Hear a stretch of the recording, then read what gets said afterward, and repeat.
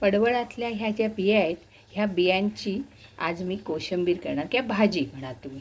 आजी माझी करायची त्या पद्धतीने, कारण कोवळ्या बिया आहेत ह्या बियांची भाजी खूप सुंदर होते.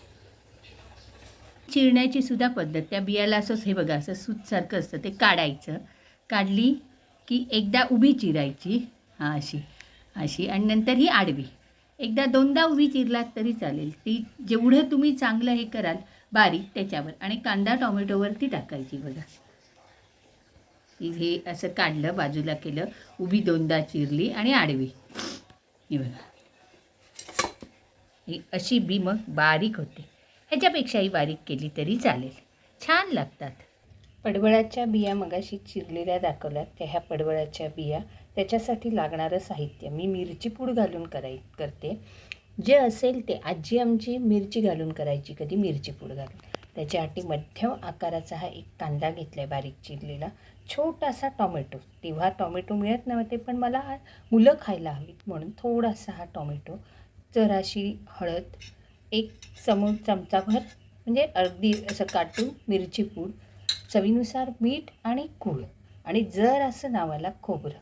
हे पडवळाच्या बियांच्या भाजीसाठीचं साहित्य. 2 चमचे तेल घातले फोडणीसाठी.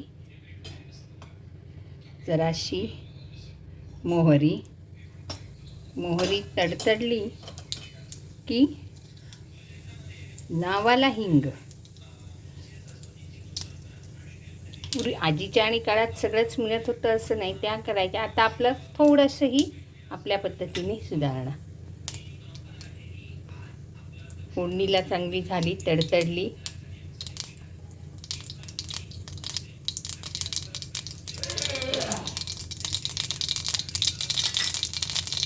की कांदा घालायचा. कांद्यावर जरासं मीठ घालायचं, कारण कांदा शिजण्याचा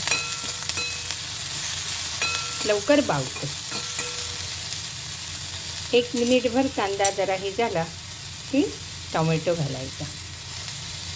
मी घातला त्यावेळी घातला जात नव्हता. काय आहे बघा, पडवळाच्या बियाची म्हणजे पूर्वीच्या बायका कोणतीही गोष्ट टाकत नव्हत्या, प्रत्येक गोष्टीचा ते वापर करत होत्या. आजी, आई, काकी, अगदी आमची कोमल ही हे सगळं करत असते, आणि मी वेगवेगळे आमच्या फॅमिलीत हे होतच असतं. पण खूप सुंदर भाजी लागते, पौष्टिक असते.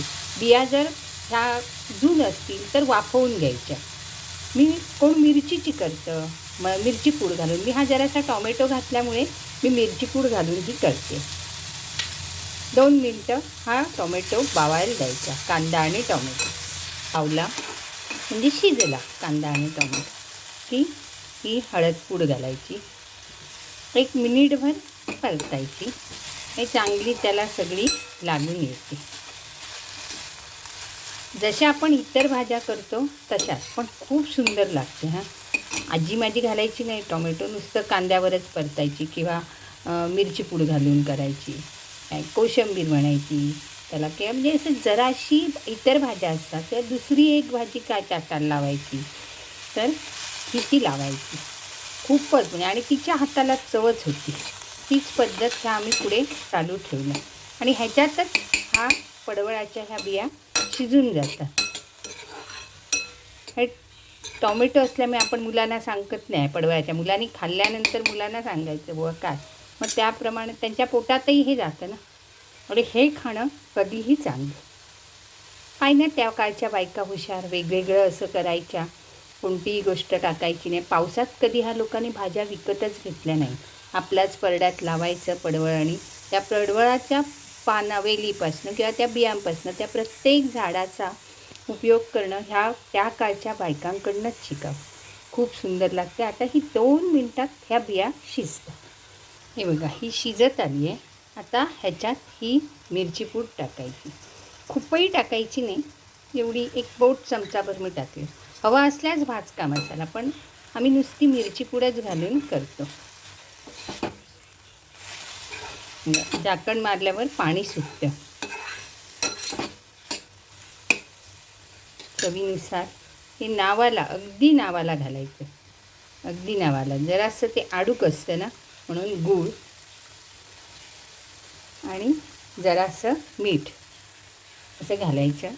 झालं बघा, पडवळाच्या बियांची भाजी तयार. धन्यवाद. बघा, तुम्हाला कशी वाटते ही रेसिपी निश्चित कळवा हां. लक्ष्मी किचनला लाईक करा, शेअर करा आणि सबस्क्राईबही करा. पडवळाच्या बियांची भाजी किंवा कोशिंबीर तयार. बिया ह्या अत्यंत कोवळ्या होत्या म्हणून पटकन शिजल्या. 3 ते 4 मिनटात होणारी ही भाजी. हवं असल्यास ह्याच्यावर कोशिंबीर खोबरं घाला, कोथिंबीर घाला, म्हणजे सजावटीसाठी ही छान दिसते.